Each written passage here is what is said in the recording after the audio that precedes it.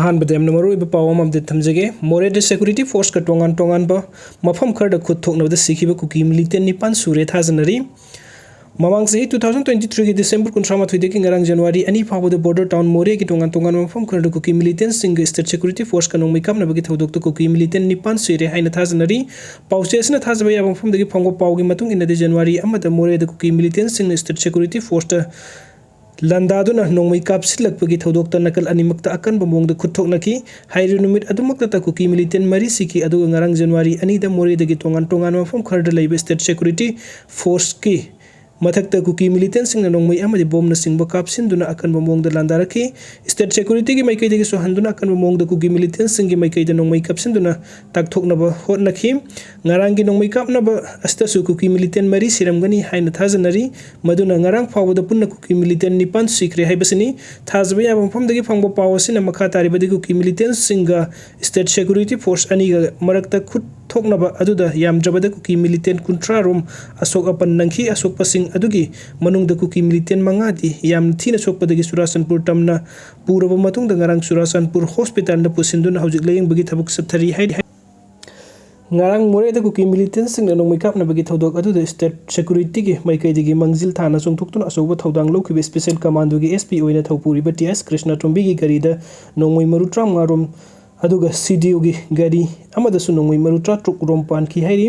amoromda border town MOREHDA Myanmar rom dagi KUKI National Army KNF gi kadar kaya amadi Myanmar lenga ki mathakta lalhuba gi khongjang sangsiliba PDF ki masing yamlo kadar kaya Myanmar ga manipur ga lonaba Myanmar gi khambat area da sangsilaktuna border lansilaktuna more yorakre hawjik Myanmar dagi sanglakliba KNF amadi PDF ki kadar sing asi border town More gi team minau amadi Howland Fai da sangsinkre haina su pawgi source asina makhatari aduga top update amadana Manipur da thokliba irang stemio sani rom sikhibada PM Modi na awa phongdoktana leiraga Assam da gari accident thokpadana mioi tramri sikhibada thamoi sokna awa phongdokre mabang sahi 2023 gi May ahum dagi Surasanpur epicenter oiduna KUKI narco terrorist singna mitei singki mathakta kan balanda sa tharakpa asida mioi sani rom sikraba yum lising mangarom tumna mai thaduna manghan khraba mioi kunipan rom thiba khangdan leirliba loina na mayum makai tumna mai thadok pikibada gi relief camp da mioi lising humpu gi mathakta sangje loduna awa film da leirakpa thani pan suraklaba phawda bharat ki prime minister Narendra Modi na awabadi phongdokpadi lairadana wahang ama phawbu hangbidana leirak laga ngasi ayuk Assam da thokpa leibak thiba gari accident amada mioi tramri leikhidabada bharat ki prime minister Narendra Modi thamoi sokna awa phongdokre Assam gi Golaghat district ki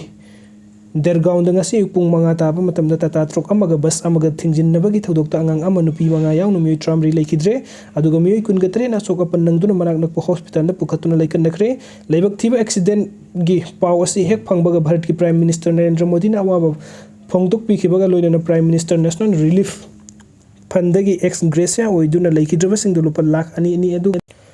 soklaba singdana lupa lising yang kheng piragani haina lauthokre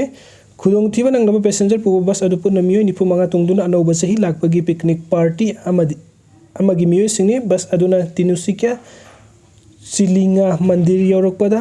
Margariti road ta thorokpada ta truck amana bus aduda safu kanna thomjilakibani thodok adu leichin ka hena thabagi thokiba oigani haina su thajanari aduga atopa update amadana KUKI na fazileba BSF ki mitei driver nupa amakan khre Kaksing district ki manung channa sugnuda leiba border security force BSF ki gari thoba mitei nupa driver amangasi KUKI singna fazilubadagi BSF amasung AR gi kambuna rescue tawraba matung da Bisnupur district police ta kusin nakre hairi police ta gi phangma pawgi matung ene KUKI singna faziluba mitei driver asigi maming konthojam dingu sahi kunganipan apokpa ke ibok kawi leifam Thawal district ki thiam konjildagi ne mitei driver asi sugnuda leiba BSF ki kangbuna matam gi oina nek tuna makhoi gi gari thawan bani ngase BSF ka loina na sugnuda gi